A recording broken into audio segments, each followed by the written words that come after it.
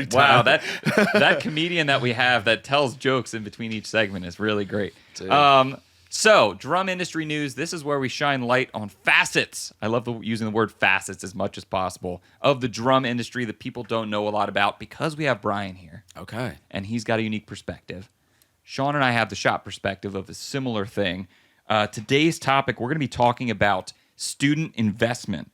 As an educator and us running the shop in a shop that does private lessons, we really have we see a lot of students coming in, and you kind of get invested in their journey, and we're just here to kind of help them get to the next step. Sometimes students hang around forever, and it's just like they enjoy taking lessons. Yeah. Other times, people have very specific goals that they want to achieve, like maybe an audition or something that's really short term, or long term, I want to be able to play in a band, and they kind of get to the point where they feel comfortable, and then you got to let them loose. But after that, it's kind of crazy, right? Sean and I talked about the other day that we see students grow up. Like, especially if people start out young, which we have students that have started in their 70s, but let's talk about specifically kids start out young. They're taking lessons for 7, 8, 10 years. Yeah. It's crazy. Dude, I got a student right now that he's doing his auditions for college, and like I wrote him a letter of recommendation. I've known him since he was in 3rd grade. I started teaching at the old drum shop. Wow. And like, dude, I mean, like when he couldn't sit in a chair, and like he had like a coat that he would always forget at the studio every week, and like he's an adult now. Like he can do things that I can't on the drums. You know what I mean? Like, sure. And it's like I love that. Like that's awesome. And like I want the best. I want the absolute best for him, and like I hope he has so much success doing. Well, that's all a this reflection on you. You know? Yeah. Like they're going to go out there and like, wow, you're a great drummer. And that reflects on you. Like, totally. well, Thank you. Brian, yeah, for sure. No, yeah, definitely. It's like, damn, you know? Yeah, and I think part of it too is like this student in particular, he's very he's an open book. Like I can tell him to do something, and he's going to do it because like he wants to learn how to do stuff. You know, I think that's great, longevity. And that's why he's excelled so much. Yeah, you know, for sure. We always say like the real work happens at home. You know what I mean? Like we try not to use the term homework because a lot of kids are trying to get out of that mentality when they show up at the drum shop. But really, that's a lot about, you know, that's where the work gets done. Yeah, in between lessons. I was gonna say like, you know, I don't say like taboo subject, but like, you know, with the pandemic and everything that happened and like the world shutting down and doing virtual lessons, you don't know how students are gonna like progress and all that. Sure. And he was definitely in like the category of a handful of students who just were like, I got nothing else to do. I'm going to learn 8 songs in a month. Nice. You know? Yeah, totally. And I was like, damn. And he actually did it? You're good. Yeah, dude. He played. That's great. I think it was like, I can't even remember the songs that he was doing. But it was like one was just like progressively tougher and tougher. The last one I think we did in that series was like Mr. Brightside, which is a hard song, you know, endurance wise. Talk about a song you need to warm up to play. Absolutely. Sean just faked his way through that song the other night. I did. Yeah, I did. Ronald Vanucci Jr., dude. He's a great drummer. Dude, nobody talks about that guy, but let's talk about him. Man, let's talk about him. Yeah. Let's talk about him. Drummer for the Killers. Yeah. For those of you who might not know, absolutely killer. He's got so much cool rhythmic stuff going on, and he inspires me to want bigger and bigger cymbals. Dude, I swear to you, all of his crashes are like 22 inches. Dude, his ride cymbal's got to be 28 inches, dude. Like, it's insane. He looks, and you know what, dude, when I watch, there's like not a lot of like interviews of him. It's always him and Brandon Flowers. But like, when you watch him play, he looks so loose. Yeah. Like he's just got such a great touch on like both hands. Like both hands look exactly the same.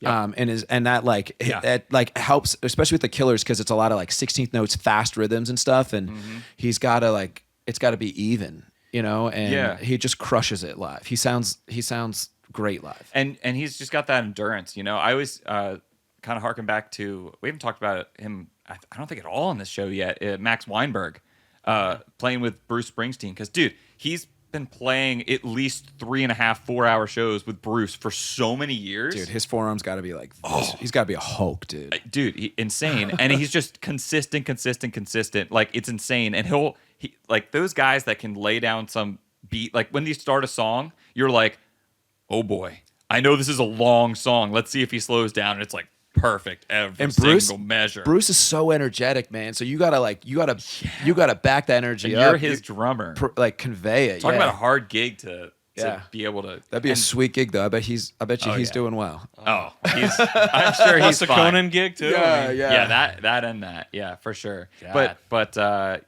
Ronnie Vanucci, same thing. When Yeah. when he starts on like Mr. Brightside or something, and you're like, Yeah, but, like, you're like, it's- what? it's He like has to keep this going for like 5 minutes because I know they're gonna do a breakdown and then come back in. You know, And he's got it's like that accented 16th note hi-hat pattern on there, and it's like keeping that, like, I think that's a hard thing with like drumming is like you got to deliver the same measure the same way every single time. Yeah. Right. Like, and that's what that guy is like doing. Yeah. You know, that's a hard mindset to put yourself in. Yeah, when you you're can't playing. get out there and blast away, and you're nailing it, and then by the third song, you're like, oh, it's Totally falling apart. gassed, Yeah, you're right? gassed out. You know, it's like, no, you got to keep that up. And you know when they were a band starting out, that's the opener.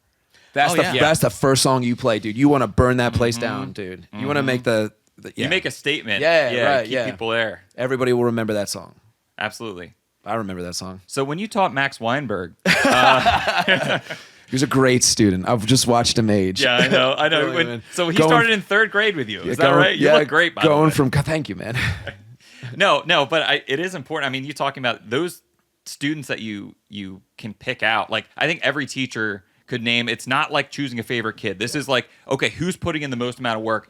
You could talk to every teacher and be like, okay, these 3 people have the dedication and commitment that it takes to like take it to that level. Totally. Where it's like, okay, they could get that gig if they can continue on this trajectory. And then, like I was mentioning earlier, then sometimes they leave.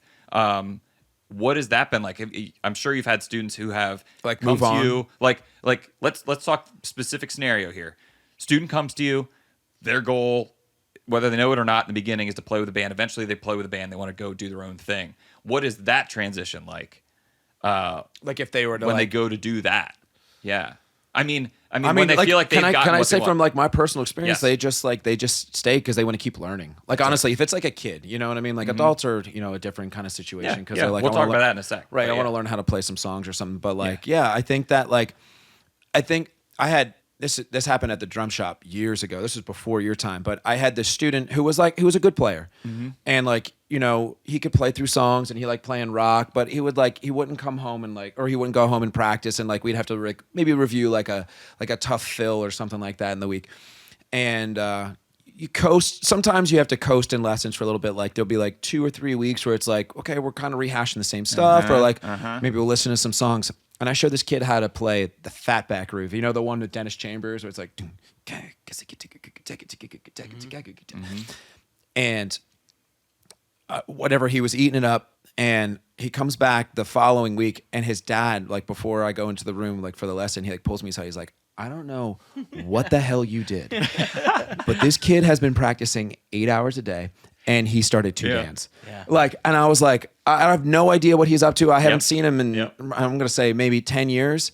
But like those moments that like, where like you have a song that can change, like maybe you had a song when you were learning something where you figured out how to play something. You're like, oh, I can do this. Like I can do this. And like, you just want more and more of that. And the more I've had those moments. right? Yep. Yeah, like I and you still try to have those moments, especially like being like a still musician do. at home and trying to practice and like, learn some stuff. There's like things where you're like, oh yeah, like this was Finally. This That is light worth the bulb, pain that light and bulb struggle. pops up, and you're just I like, love okay, that. Yeah. here we Oh, go. this is you it. get Finally reinvigorated got it. Yeah. to do that. Right. And you just have a whole new perspective on just like what your capabilities are and like what you want to listen to. Because you can hear so much more in But music now. that's a cool type of groove too, because it's musical. Totally. You know, it's like it's not just you're going like playing a basic, straight forward beat. It's like there's a lot going on with that, and once you start grasping that, you just want to continue playing it. Yeah. Yeah. No, You absolutely. can sink your teeth into it. You're like, oh, this feels good. This is neat. And You're it's just like, and it's like it's such like a launching point for like I was saying, like other types of song, because if you like that, well then you're gonna like like James Brown. If you like Right. that, you might like the Meters, or if like you don't want to do that, you might like Steely Dan, or you might like Yeah. something else. That's the feedback at that point. Once you get that as a teacher, Yeah. you can be like, okay, here I can guide you right. this direction or that direction. Totally. That And sort then of thing. and then as students get older and they get like more competent in playing, like say it was a student who's like, I want to be we have a lot of students who like come through and they're like, I want to play in my church band, and like they get that gig pretty soon, yeah, you can. There's or like it's I would say it's not I think that the culture of that scene is really good for bringing in young talent and nurturing young people to play, because like it's like the gift that keeps on giving, but like somebody's going to need to pass that on. Somebody's going to need to pass that on. Right. And like, you're going to get that opportunity sooner than you think. And I know, I know that, you know? Yeah, no, absolutely. And the barrier to entry is so minimal there. Totally. And you can play everything super simply and it's accepted there. I always encourage people to do that. I'm just like, just play in church for a while. It's a real easy place. It's, the crowd's not going to boo you. No. You know? Oh, dude. I mean, you want to talk about them? Yo, dude, can you imagine that, dude? Boo. Oh my God, dude, that'd be the worst. I couldn't imagine like this dude be like, "Yo, how was your service on Sunday?" Yeah, they threw eggs at me. They turned on me. Cranked it down. Cranked it down. Oh my hardcore. God, yeah, no, That's cool. But for you to be like, that's what I'm saying. This investment it's something that it happens to all of us, and none of us really realize it until it's like, oh wow, that person. And then if something happens, like someone graduates or goes away to college, it's like big. It's like, wow, I've seen you every week in here for years. Yeah. Almost. It's kind of crazy. Yeah, and then like, you obviously you're once you graduate high school, you're obviously like a different person, right? You get to experience like the real world, but then they go off and learn stuff and they come back and hang out. I'm like, show me what you learned. Like, or like talk to me like what you needed to work on when you were in school. So that way, like, if I have a student auditioning for school, I can have them more prepared for this, Yeah. Can you talk about what is it like when a student, or not even a former student, someone comes to you for lessons and they're already an experienced drummer? What is that scenario normally like? Just from your experience, like, what do they bring in, and do they have more specific goals or less specific goals? What is that interaction like? Yeah, I mean, I think all of that is like so like situation dependent. Sure.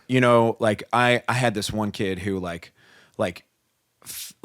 he started taking lessons with me maybe like a couple years ago, and he was like a fantastic player by all like stretches of the imagination. Like if he went out and he started playing shows, he's fine. Like he doesn't need lessons for that, But like he had a goal where he's like, I want to work on like working music or reading music, or like I want to expand on some other ideas, or like I like this drummer and I want to kind of like see like what their like their habits are, or like so like transcribing things and being like, okay, like how do you take this information from this person, take it out and make it your own?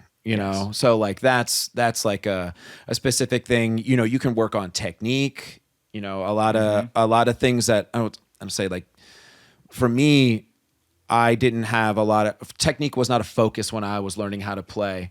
And I think that a lot of my deficiencies in my playing can be attributed to my lack of technique or understanding or learning to understand technique. And a lot of young students just want to go notes. They want to play the notes. They want to play the notes. They want to play the notes, and the notes are the easiest thing you're going to learn how to play on the drums. Sure. The technique and the way you hit the drum is how you draw the sound out of the drum, right? And the more efficient you are at pulling that out, or understanding how you're holding the stick, how tight you're holding the stick, or throwing the stick into the drum is going to affect the tone that you're pulling out. Like we were talking about earlier with like the rim knocks, flipping your stick around, just being able to hear that.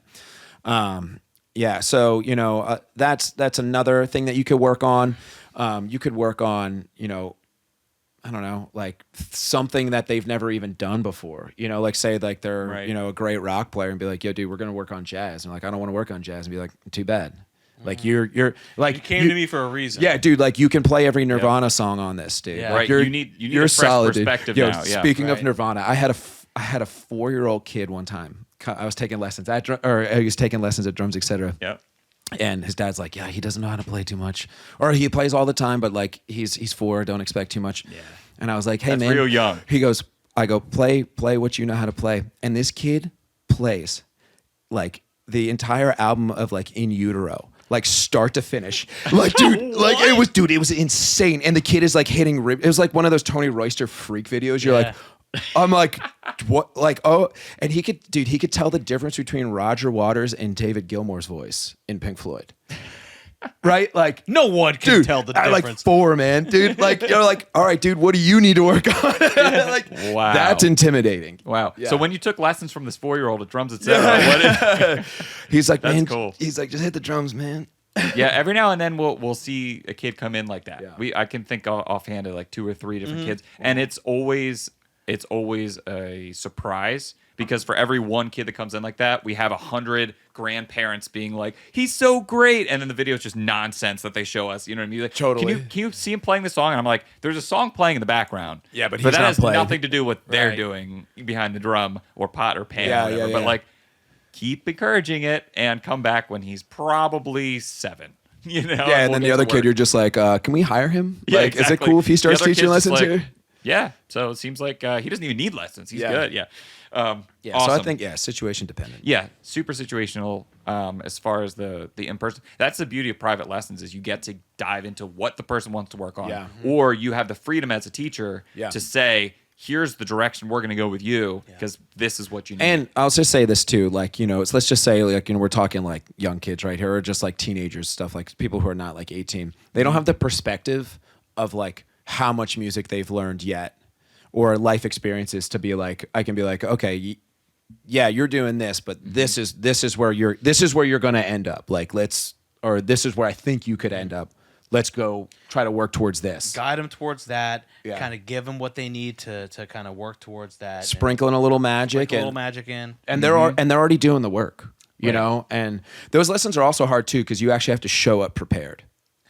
You know what I mean? It's not playing Seven Nation Army. It's not. It's like you're playing some deep stuff. Like you need to know how to count it and talk about it in a way that's not like I'm lecturing you. right, and be able to demonstrate some things, you know, break Yeah. it down rather that, you know, it's not, you're not offhand going to have all these tracks at every BPM and be able to have a perfect video of the guy playing. No, you need to be able to replicate what you're teaching. Yeah, To totally. a certain degree. Definitely, and that's going and showing them that whole process of it. Like I had, you know, another student I was working on a transcription with. I think I spent a month trying to like just like learn like all the nuances and like the things to like talk about in it, and I, you know, being able to demonstrate it in front of them is like, you know, an awesome thing too. But then you can talk about like, oh, this is how they're moving their hand, right? Or this is the rudiment they're talking about or thinking about right here. Or it's the groove is really between the hands and the bass drum is really accentuating like the syncopation, right? As opposed to like, you know, maybe something that's from the bottom up.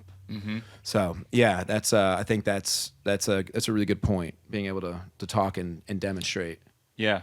Yeah, that's awesome, man. That's great. Well, your Yeah. perspective's awesome to I have. could talk about this stuff all day, I man. know. We better cut it off. Yeah. We better cut it off. But yeah, let's pop ahead. Let's get nerdy about gear. Let's pop into Hall of Fame.